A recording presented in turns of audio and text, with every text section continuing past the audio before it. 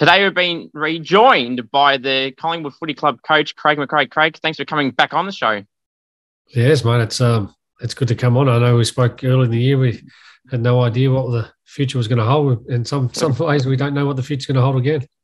That's right. I've had about 15 guests so far, so you're the first person to come on twice. So it's good achievements. I appreciate it. We'll move on. I'm not sure what that means, but it's a good thing, is it? Yeah, it's a good thing to come on again. So that means you've done well the first time, and you're probably the best guest clearly I've had on so far. So I really appreciate you again coming on. Obviously, the season so far, obviously we spoke pre-draft. Nick Dacos was about to come in. He had just brought in Pat Lipinski and a few other guys. How are you enjoying the role so far in the season so far? Yeah, I really enjoyed it, mate. It's not without its challenges. You're forever sort of trying to make the group better and find new ways to make the individuals in the team better. So but it's really enjoyable. I love the biggest probably enjoyment I'm getting is seeing the fans back at the footy and hearing the loud roars of the big crowds. It's been a long time coming, but we've had three bigger games, if you like, Anzac Day and then even the Queen's birthday just gone.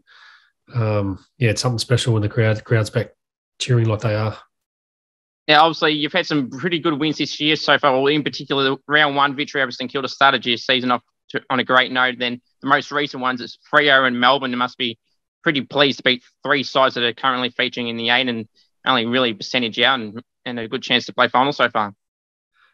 Yeah, no, you're right. Like, you sort of started the season with a bit of momentum. If it's reflecting back, we've actually done that this week ourselves because we got a chance to take a breath and reflect back, and then opportunities to project individually and then as a group. So, but when you look back at the start of the year, and we thought we were playing some pretty good footy, but we didn't really know how to win, if you like, and we had moments where we're showing that our best is capable, but we just didn't have the execution and at the critical times. And we learned some good lessons along the way early in the year that are starting to stack up for us now. And obviously, you've been for a fair while now. You've been without Brodie Grundy. How pleased have you been with Darcy Cameron in particular to fill the void in the ruck? Also, when people may say, he's not a major ruck, he's more of a forward ruck, but he must be really proud of how he's performed so far in the absence of Brodie. And obviously, at least for the next few weeks, Brodie will still be absent. So it'd be great to see how Darcy's going in that role.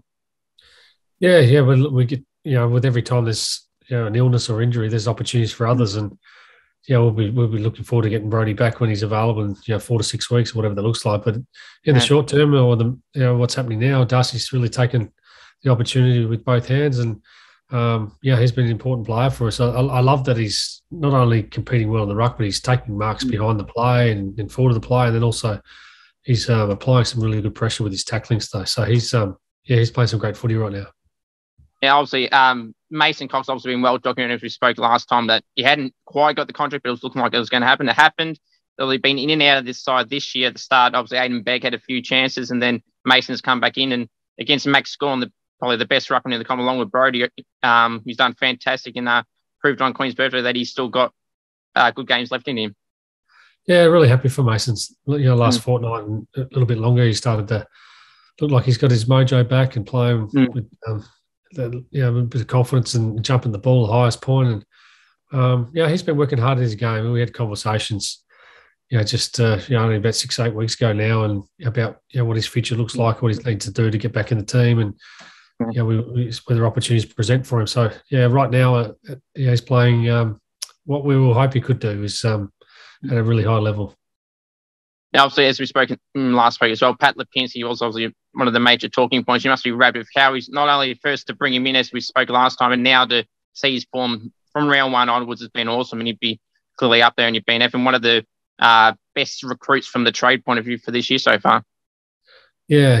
We pitch ourselves that he's been able to come to our footy club, and Derek Hine and Graham Wright did a great job getting him over here and giving him opportunity. It just shows you that, like, if players get opportunity, what they could be capable of. There's many of the players at other clubs in similar situations sort of playing a lot of footy at VFL and playing above VFL level. So, he's coming. He hasn't missed a beat. He's a great contributor on the training track. He's an enormous runner, which, really, really complements modern footy. Another name is Jack Crisp, who's obviously been an All-Australian contention. Must be rapt with how he's performed. And his ball use is obviously one of the best in the competition as well. And he never shy away from a contest as Crispy. Yeah. Look, you moved the magnets around a little bit, and he finished the year last year as a midfielder, and saw what he was capable of last year. I think he's a great runner. You put him and Paddy Lipinski in the midfield. We've got a pretty potent running capability amongst our mids. So he's probably a most consistently performed player right now. Yeah, Nick Dacos, obviously, again, we spoke last time. You were talking about last time when you seen him in the gym with his brother Josh, and we were wrapped to get him to join the club. He must be pleased with how he started. So for only his first year, he'd definitely be up there in the rising star, and he's going really well so far. Yeah, Nick's last couple of weeks have been exceptional in terms of intercept, possession, winning, and then being able to use the ball really well. We've sort of thrown him around a little bit at the start of the year, mainly back, but moments in the midfield, moments a little bit forward. But I think in the last couple of weeks he's shown that his ability to win the ball back for us across half back has been one of the main contributors for us performing well. Obviously, in the mid-season draft, you drafted Josh Carmichael from South Australia in the sample. So been pretty good when he was playing in the sample. In his first year in the sample, must be pleased. Probably a bit of a steal, I thought it was, and it was documented as well. It went to, was it pick 9, I think, in the mid-season draft. It was talked about going in the first couple of picks, and must be pretty pleased to get him at pick 9, I think it was. Yeah, where did you see him go, mate? Where did you have him?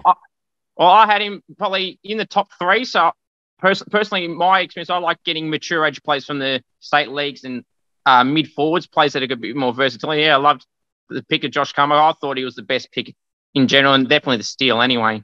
Yeah, we had not just saying that because I got you on. I generally think that as well. We had him in proof that. Yeah. I think we had him in the same light. We thought of all the talent available, we liked him the most, and lucky a few things fell our way, but he's got a bit of work to do in terms of finding out how we play. It's one thing to say you're playing well in the competition, but to come in and play a new game plan, new faces, new teammates, new system, it takes some time. I think he's got some really good upside. I watched him train today, and I thought, okay, this guy's got the ball on the halfback flank and kicks it down the line, and then there's this guy kicking the goal in the goals cross. Is that Josh? He just ran that whole way. He's got that contest to contest running capability. And I've mentioned it a couple of times in this interview. I really think running capability is such a weapon at this level. Yeah, obviously you got the Giants this week at the MCG on Sunday at 3:20. Obviously, you would have seen how they performed against the Bulldogs. At a close loss, but it's going to be an interesting task, obviously, when Leon Cameron's a part of Mark McVeigh's played some top players in different roles. Harry Himmelberg's, for one, playing in the back half now. Obviously, majority of his career players are forward. What's your expectations going in to face the Giants at the G on Sunday?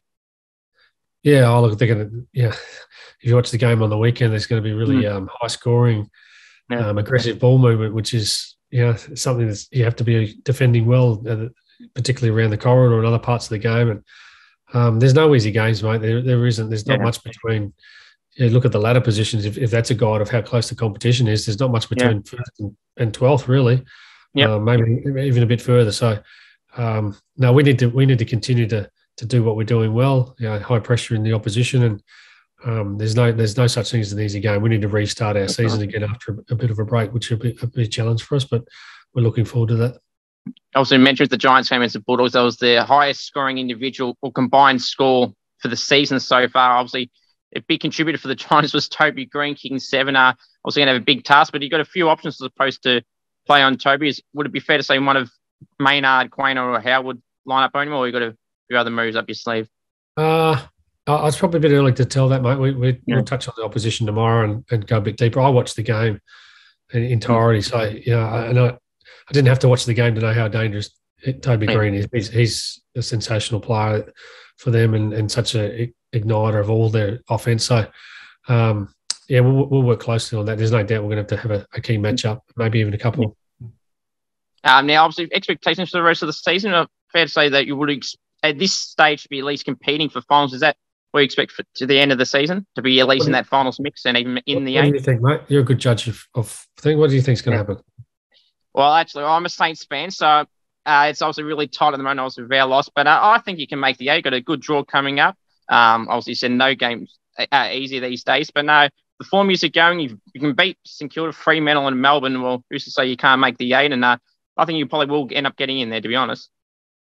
Yeah, I think we don't look in that space. We're not in the prediction game. But what we do is really just try to get better. And quite often, what form was one week, it won't be the next, because the game is so it's such a moving part. It's not when you play teams, it's who you play with. They got available. You look at players. Melbourne had a few players out. You get a bit lucky there. Carlton had McRae out, and when we just beat them, and it's only small margins of these things, and it doesn't take too much to move a few magnets around, and you can come back to the pack or just play below what you've been capable of. So a bit too hard to predict for us, but we'll be looking to continue to improve the second half of the year as much as we improved the first. Yeah, as you mentioned, Judos will probably get Tim Turner back. He played in the VFL on the weekend, so he'll probably come back. They just had Nick Haynes come back. Phil Davis played in the reserves, so maybe a week or two away. So, as you said, it's always even. So, it'll be very interesting to see how that goes. Yeah, absolutely. So do you still feel like in the off-season, I know it's a while away, probably a bit too early, but we spoke last time that a key forward was an area you tried to bolster, and a small forward. I know it's a bit early, but would it be fair to say that Jack Ginnivan and Jamie Elliott have at least filled that small forward role well, and that you may still look into it, but at least they filled the void so far for this year? Obviously, you wanted Bobby Hill, that didn't happen, but Ginnivan and Elliott have done well in those roles. Yeah. Well, that's it. It's like the Brodie Grundy discussion that you got a person that you've earmarked to play in that role, and all of a sudden they're not there. That's just AFL footy. So you have to find and adapt and evolve. And I knew from the preseason that Jack Ginnivan was showing some really good signs in the way we were training, trying to play. And then he does it, gets an opportunity. He's been doing it consistently at AFL. So we've got other players on our list the same as that. So. We'll keep developing. Kruger showed some signs and was out, and you'd like to think when he's fit and available, we'll get another opportunity to own those positions. And we're probably in the need for a few chasing pressure players, and you can never have too many of those. I used to be one of those myself for a long time, Cooper. I don't think you can have too many of those. Obviously, when we last spoke, also a key forward. Would that be a top area? Obviously, you got Mason, you got Darcy when Brodie's in the side as well up forward, Brodie Myerchip, but so that's probably another area too. You want to try and at least bolster the depth options as well. Yeah. I think over time that we'll look to find the right fits and see what evolves from that as well. There's certain things that you take Kruger out and then Cameron in ruck. There's a lot of pressure on Myerchip and others. So we do feel better served forward of the ball when we have someone to support Checkers. He seems to play a little bit better, and when Kruger played. So, hopefully Kruger isn't finished for the year and might get a chance late in the year to be able to support that. We'll see how that plays out. I know this was a little while ago, but it would have been great to get Darcy Moore on a 6-year deal and pretty much a pie for life. Yeah, he's an important person in our footy club. We're wrapped that he's signed on, and he's a great leader. And he's just I had a relationship with him before I started this role, so it's pleasing to think that started his career with him, and hopefully I'm around at the same time. We'll be able to finish our careers together. Yeah, obviously, I sort of mentioned a few guys that are out. Steele Sidebomb, obviously, he's towards the end of his career. Would you hope that he's going to play on next year, or is it still a touch and go with him? Oh, no, I think he's got a contract as far as I'm aware. I'm not privy to everyone's contract, but I think he's got a contract to play. And he's got a role to play within that, I would have thought. And just a few others. Darcy Cameron would be, obviously, we mentioned the form and the importance he's playing so far. To be someone you want to lock away as well. Yeah, I'm not caught up in the conversations around contracts, mate. It's Graham Wright's in charge of all that stuff. So he's actively working towards what all that looks like for every player. Just one final question, just in general about how players get treated by the media, like with Jack Ginnivan, obviously had his moments, Jason Horne-Francis as well. What do you say to people like Jack Ginnivan in those situations where he's being talked about and, try and keep his head up if it's something that's taking him down? I'm not privy to sort of the media stuff. I must admit I've turned off all my social media and don't watch the news too often. So I'm not caught up in the day-to-day dialogue or narrative around individuals or the agendas of the media. But what I do say to guys like Jack is, the longer I'm in this chair, I want to make sure that by the time I leave, whenever that is, that our players will be better for being at our footy club. I want to continue to make them better people. Quite often when you meet your idol, if you ever looked up to someone in your life and you get to meet them and they disappoint you, and I'm not talking from my experiences, but that's that's been said before. So I'd love for players, young people to look up to our players as idols, and then when they meet them, they're actually not disappointed by meeting them, and they call him he was a great bloke, or he left his little mark on me as in some small way. And so we want them to be great players, but I want nothing more than for guys like Jack and others, young players forming their career to leave the game better people in society as well as players. Just want to wrap this up, Craig, with one more final question. I really appreciate you coming on. A mid-season trade period, would that be something you'd be up for, or something you probably think that's enough and you've got the end of season one already, or was it something you think you benefit from? Yeah, no, I absolutely. I think it's something in their game that would benefit the game.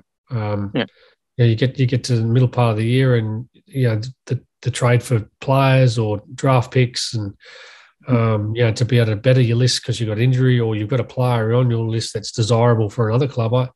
I see that being something that the game would benefit from, and I think the fans would enjoy that part of the game too, within all sort of rules and regulations to make sure that there's not just a shuffling of cards and then players lose all their rights of contracts and things. So, I think futuristically it'll be a good thing for the game. Craig, I really appreciate you coming on the show for the second time, and look forward to chatting again one day soon again, and good luck for the Pies for the rest of the season. Good man, Cooper. Good chat. Cheers, mate. Yeah. Thanks, Craig. Awesome. Appreciate it, Craig. All the best, mate. Thanks. Good luck this week. Yeah, cheers. Appreciate that. See you, mate. See ya.